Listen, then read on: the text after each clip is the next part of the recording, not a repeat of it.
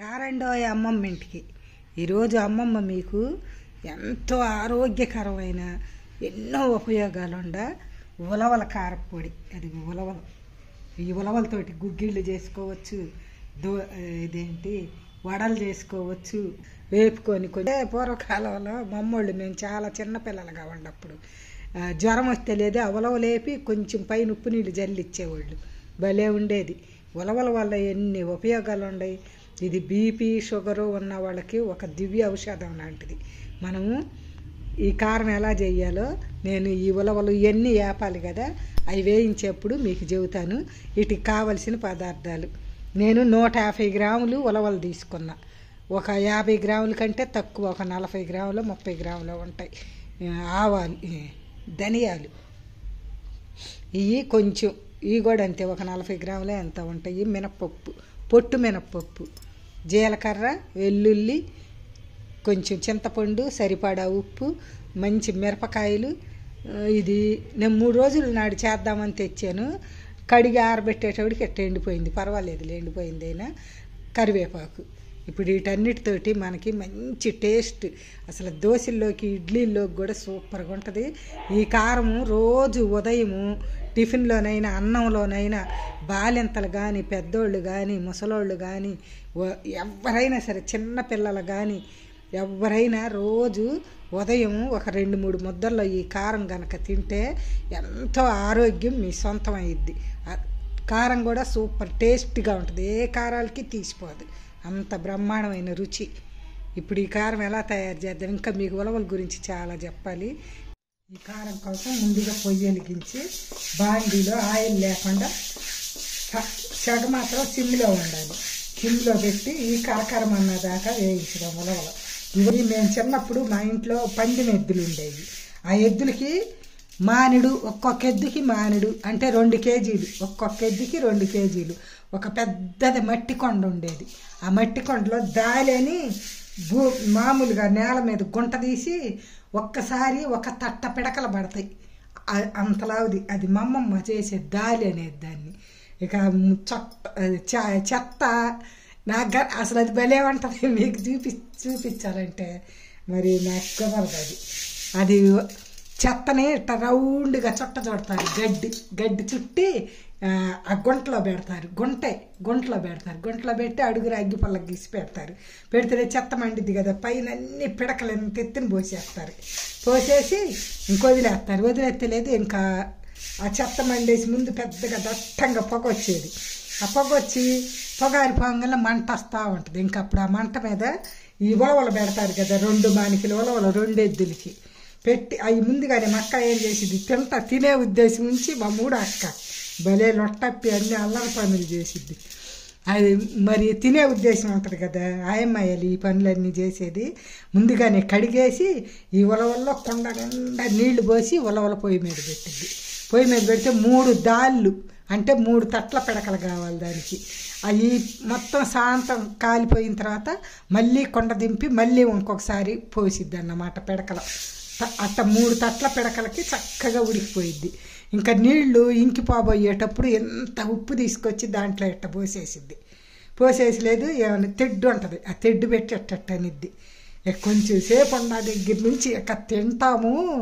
మామూలుగా జనం ఆ ఉలవల్ని భలే ఉంటాయి అసలు ఉలవ గుగ్గిళ్ళు. అందుకే మేము ఇంత స్ట్రాంగ్గా ఉండమనేది. మరి పందిన ఎద్దులు బాగా బండులు లాగి ఎక్కువ గోతాలు వేసి లాగిస్తారు కదా, వాటి కాళ్ళు నొప్పులు లేకుండా అట్లా ఉండటానికని ఉలవలు పెడతారు. మళ్ళీ గుర్రానికి కూడా ఈ ఉలవ గుగ్గిళ్ళు పెడతారు. అంటే మనకల్లి ఎక్కువ గుర్రాలు లేవు కదా, మనోళ్ళు గేదెలకి పిండి రుబ్బేస్తారు అన్నమాట. ఉలవ పిండి రుబ్బేస్తారు. ఎద్దులకైతే మాత్రం ఖచ్చితంగా ఉలవలు వండి సాయంత్రం తప్పుడు గిన్నెల్లో వేసి పెడతారు ఉలవలు, కాళ్ళు నొప్పులు లేకుండా ఉంటాయని. ఆ ఎద్దులతో పాటు మేము కూడా అందరం పిల్లలు తెగ తినేవాళ్ళమే. ఉలవలు భలే టేస్ట్గా ఉండేవి తెలుసా. బర్రెలకైనా కానీ ఈనిన తర్వాత ముడి ఉలవలు ముడి కానీ ఏం చేయకుండా నానబెట్టకుండా రుబ్బి ఆ ముడి ఉలవ పిండికి పెట్టేప్పుడు పాలింగు అని ఉంటుంది, అది పెడితే బరిగొడ్లు కూడా లీటర్ల పాలు ఇస్తాయి. మా అమ్మ అట్లా పెట్టేది. అది ఈనిన తెల్లారి నుంచి 3 ఉలవలని 3 రోజులు వేస్తారు. 3 రోజులు వాటికి ఇంగో కూడా పెడతారు. మనుషులకు లాగానే అచ్చం. ఇప్పుడు మనుషులకు మూట అయిపోయిందిగా, ఇప్పుడు గొడ్లకు కూడా లేదు మందులే, అంతకుముందుకు లాగా కాదు. బాగా పాలొస్తాయి. ఇప్పుడు గర్భిణీతో ఉన్న వాళ్ళైనా కూడా తినవచ్చు ఉలవలో. డెలివరీ అయిన తర్వాత మా అమ్మమ్మ పెట్టిద్ది ఉలవలో. ఈ ఉలవ కారపొడి పెట్టిద్ది, ఉలవలు వేసి తింటారు, ఉలవ గుగ్గిళ్ళు. అట్లా ఉలవలు చాలా మంచిది మన ఆరోగ్యానికి. మరి అదేంది కౌంటింగ్ తక్కువ ఉండేవాళ్ళు కూడా ఈ ఉలవ గుగ్గిళ్ళు కానీ ఉలవలు మొలకెత్తిచ్చి దాన్ని తింటే సూపర్గా కౌంటింగ్ జరిగిద్ది. అయితే లేదు ఈ ఉలవలు తిన్నాం అనుకో మనకి ఎక్కువ ఆకలి కాదు. ఇది బీపీ షుగరు కంట్రోల్ చేసిద్ది. షుగర్ ఉన్న వాళ్ళు కనుక పొళ్ళు ఉండేవి అనుకో ఇట్లా వేయించుకొని తింటే ఇంకా ఆగల కరకరలాడతా భలే ఉంటాయి. ఈ కనుక తింటే ఇంకా మనకు అన్నం తినబుద్ధి కదా, ఆకలి కాదు అన్నమాట. వీటి వల్ల చాలా ఉపయోగాలు ఉంటాయి. థైరాయిడ్ కూడా తగ్గిద్ది ఉలవల వల్ల. గోల్డ్ ఉండే అవన్నీ చెప్పాలంటే వీడియో ఇంకా పెద్దదైద్ది. ఇంక ఈ ఉలవలు కరకరమన్న దాకా వేపేసి తీద్దాము. ఇంకా 2 నిమిషాలు అయితే వేగిపోతాయి. దాంట్లో ఎండిన కరివేపాకు కూడా వేసేద్దాం. వేస్తే ఇంకా కొంచెం బాగా వేగిద్ది. ఇప్పుడు ఈ ఉలవలు కరివేపాకు బాగా వేగిపోయింది, వీటిని తీసేద్దాం. ఇప్పుడు కొంచెం ఆయిల్ వేసి ఎక్కువ పడింది.